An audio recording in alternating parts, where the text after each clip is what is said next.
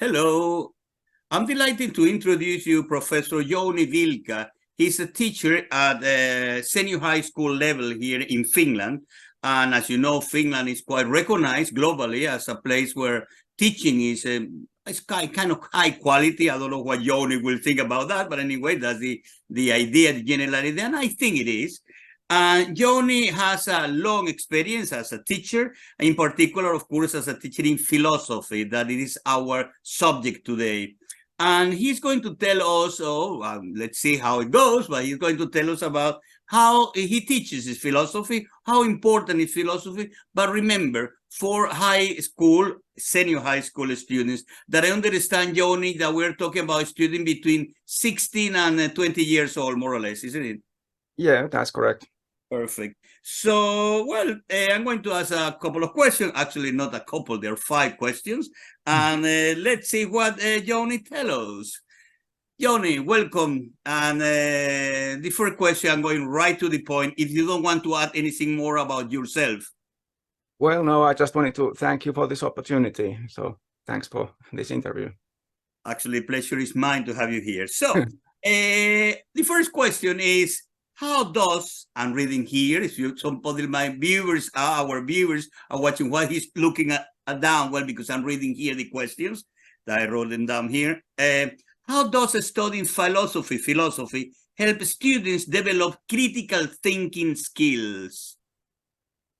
I think that's a great question. Philosophy is usually pretty much considered synonymous with rationality. And rationality and critical thinking are almost the same thing as well. So if you study philosophy, you are pretty much necessarily studying critical thinking, which is why I actually titled my YouTube video series, The Introduction to Philosophy and Critical Thinking. For example, the main thing I think of how philosophy is done, much of it is analyzing different concepts and trying to understand the argumentation behind some kind of point of view, for example.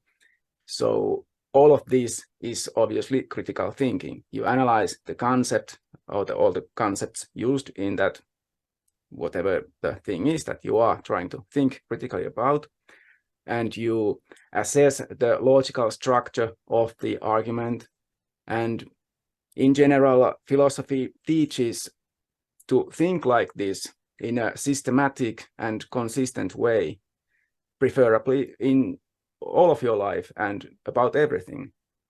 That actually is, I think, is the point, the main point. And when we are teaching, in your case, when we're teaching at this level, I mean, to have people thinking, I'm not going to say properly, that's not the right word, but unless in an argumented, rational way.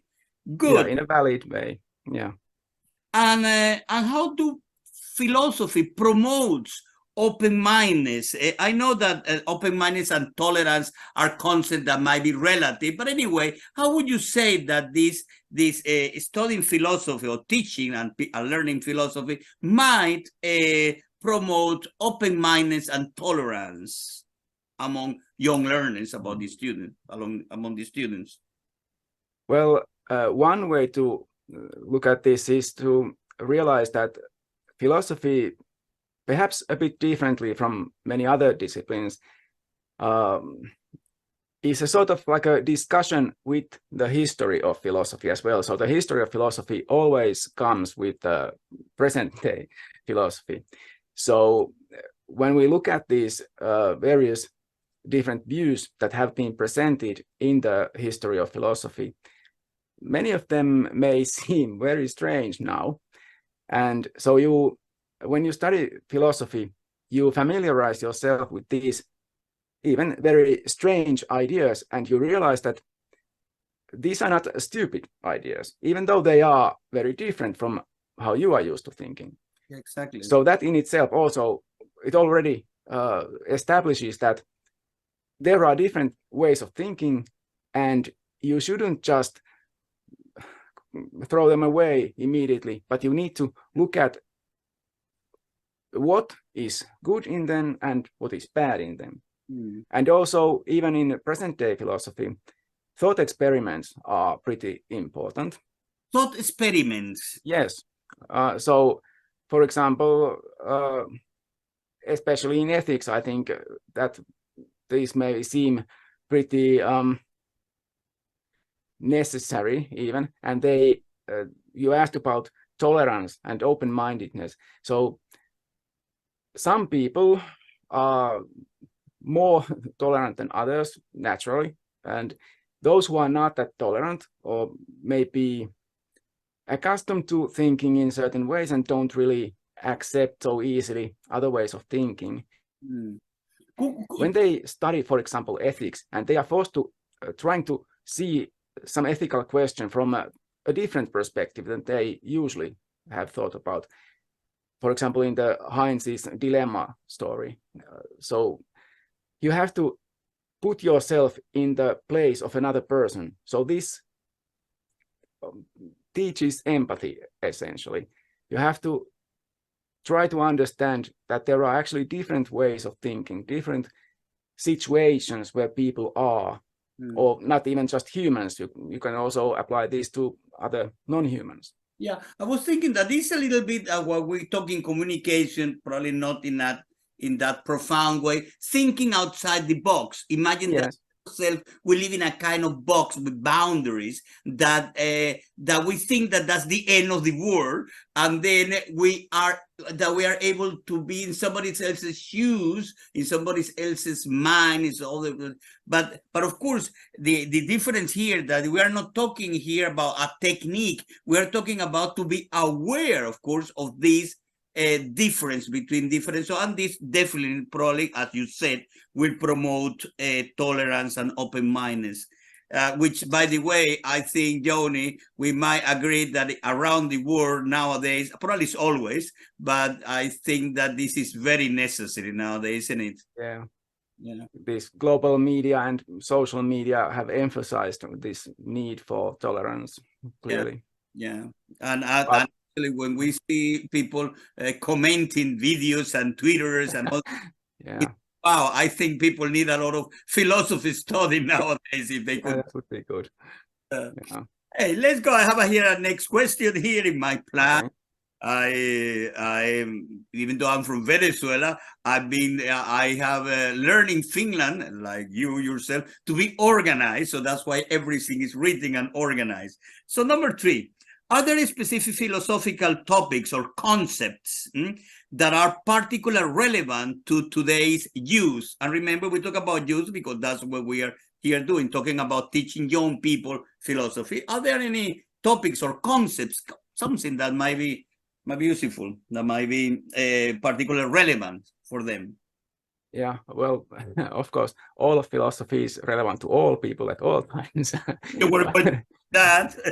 But yeah, more seriously, I think if we try to think about things that are particularly relevant to the young people, this may depend pretty much on the cultural context. For example, I don't know very much about Venezuela. I've had friends there, but I don't know that much about it, or especially some other place that I know even less about, like Bangladesh, for example. Again, I have a friend from there as well, but I still don't know much about that, or Pakistan or whatever. I know more about Finland, obviously. And I think in general, the so-called Western world is more uniform, perhaps in some ways, because things from the US, for example, spread so immediately almost to all of the so-called Western world.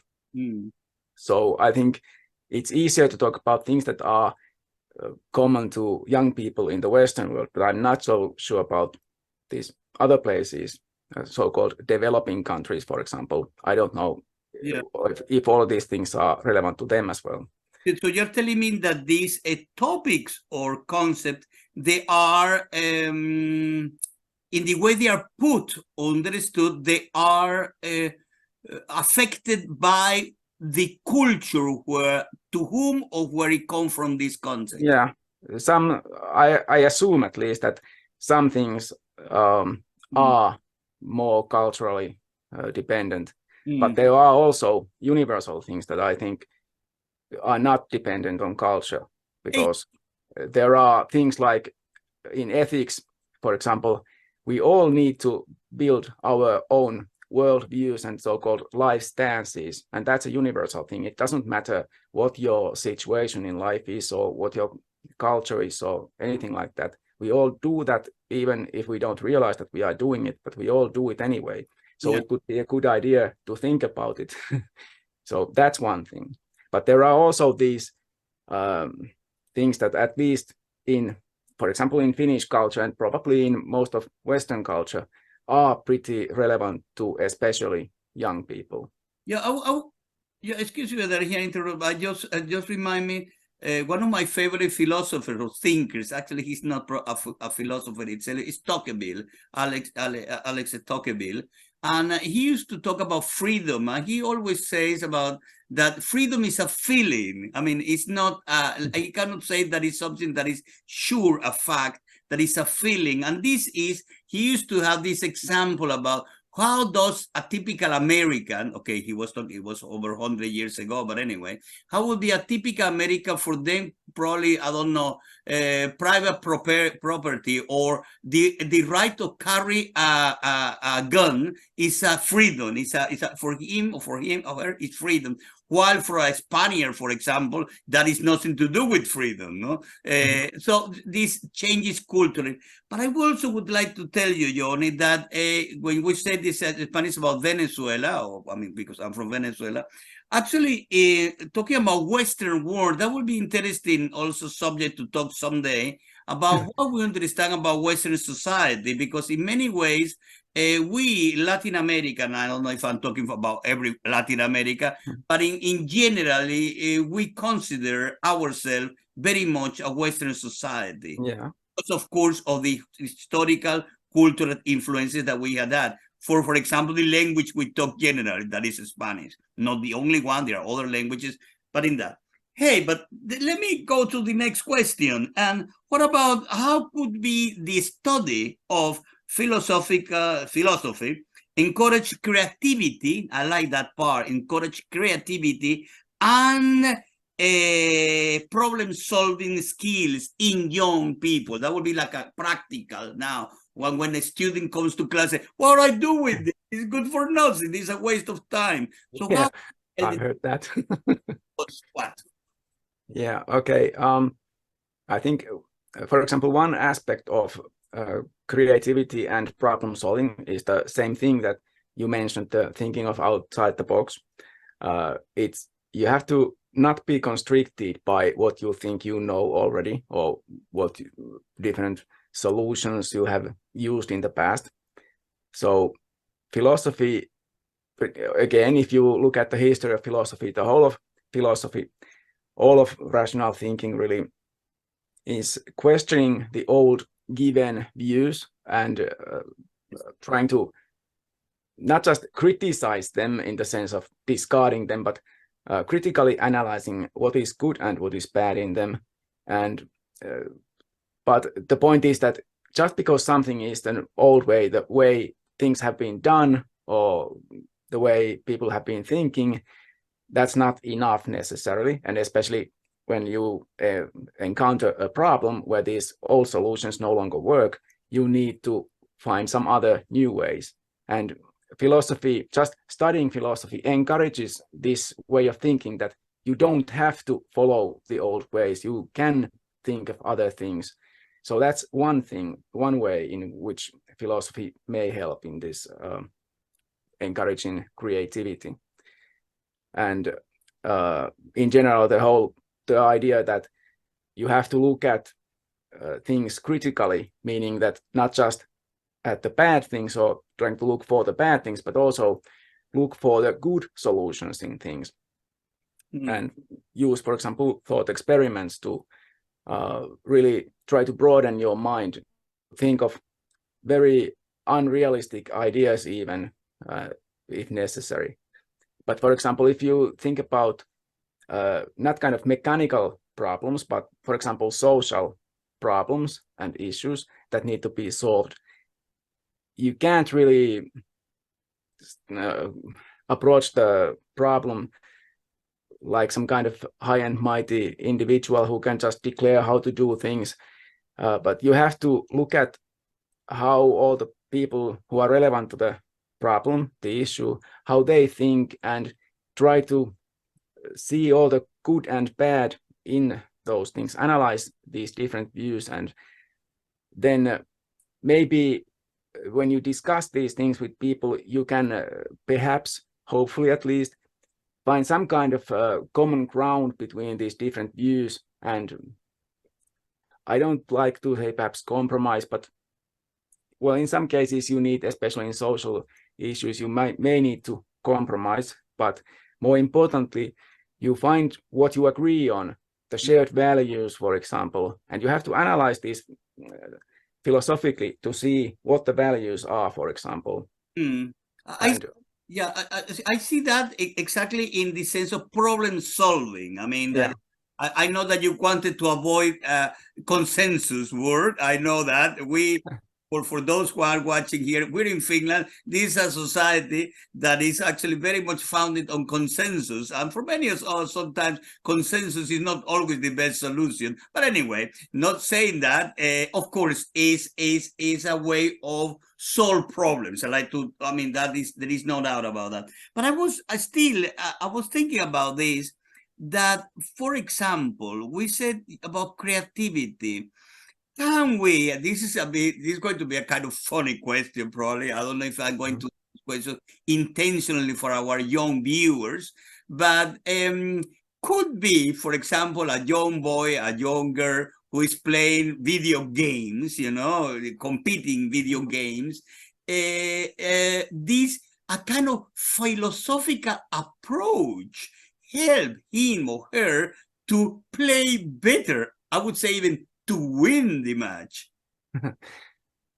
I would hope so. At the very least, if you're thinking about games where you play perhaps against others, perhaps also in groups against other groups, it may be a good idea if you can sort of put yourself in the place of the other players, because that can help you then to win the game even. Yeah. And what about these games that they demand kind of creativity? I'm not an expert. You are more closer because like Minecraft maybe or something. Minecraft. I always think about this Minecraft that I find it very nice. That actually is kind of I don't know. Is there a philosophy in Minecraft? Unfortunately, I've never played it. So I don't really know, but I wouldn't be surprised. Yeah, it's a kind of building and creating spaces and that, and it's very interesting. Well, anyway, let me continue that. Well, and this is actually the last question. Do you have an example? Can you share an example on how philosophical thinking can be applied to real life situations for teenagers? Actually, you have told us already during this interview some example about how it could be. But anyways, comes any example to mind, please tell us. I think that young people are especially prone to social pressures, and they also, well, I think probably a lot of people now, regardless of age now, are very frequent users of social media applications, but especially young people. And I think those like TikToks and probably not Facebook anymore for young people, but whatever social media applications or platforms they are using, they may have the problem of increasing the social pressures about, for example, their appearance and things like that.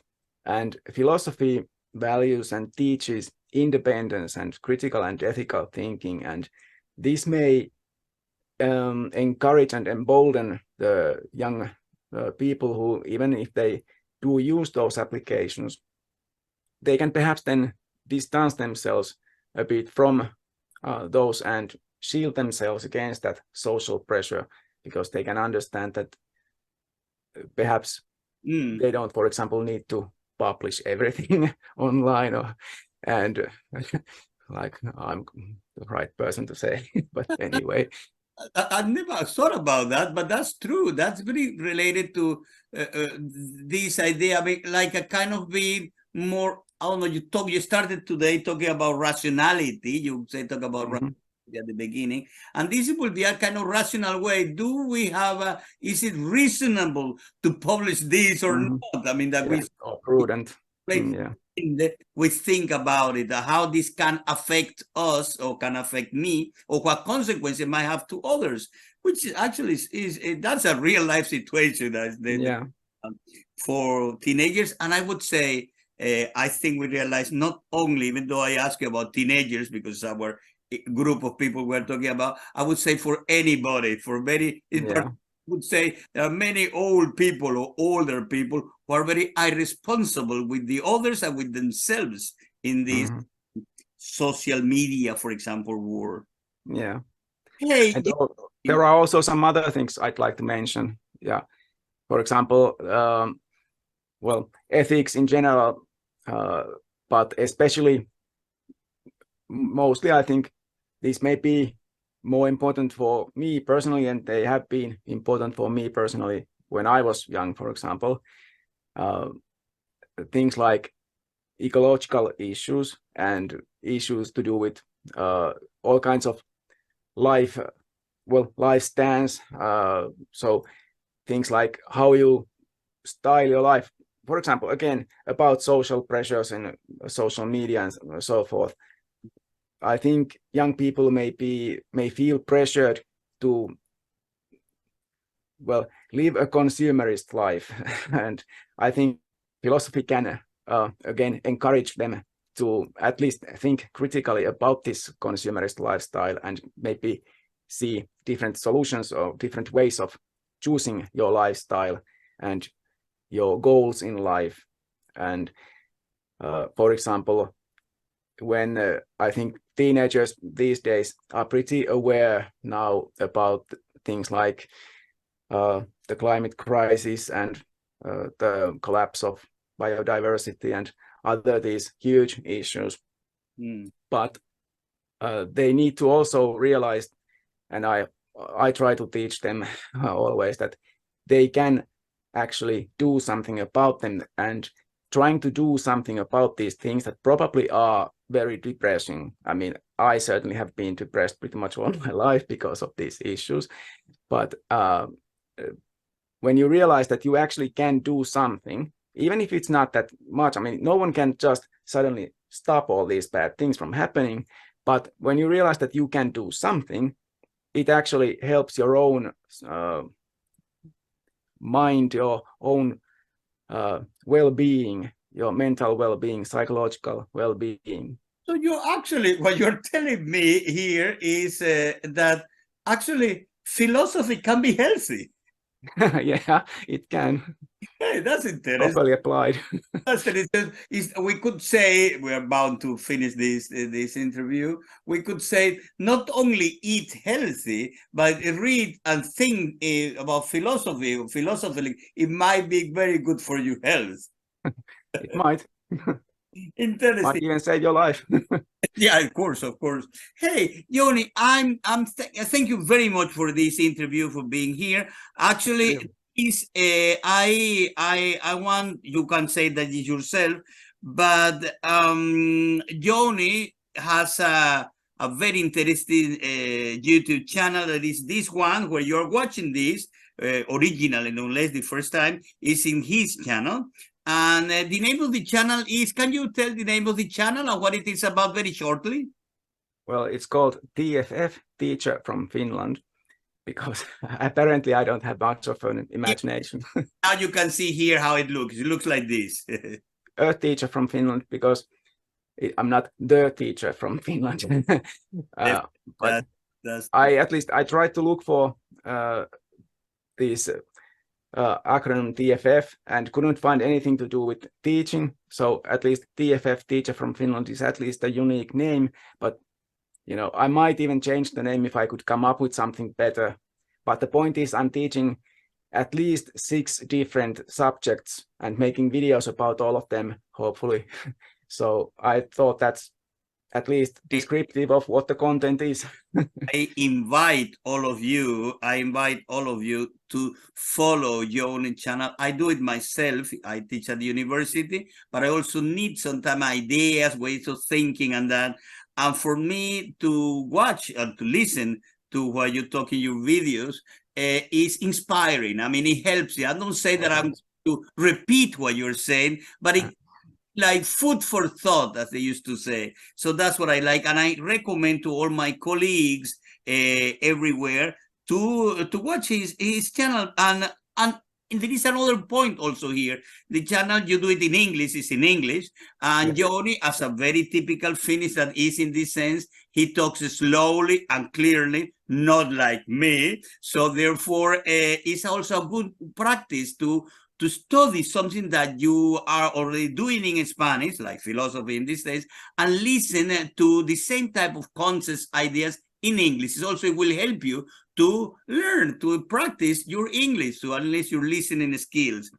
Thank you very much, Joni, and see you around. And I think this interview already made me think that we need to continue talking. Actually, we need subjects to talk about. Unless I enjoyed very much being with you.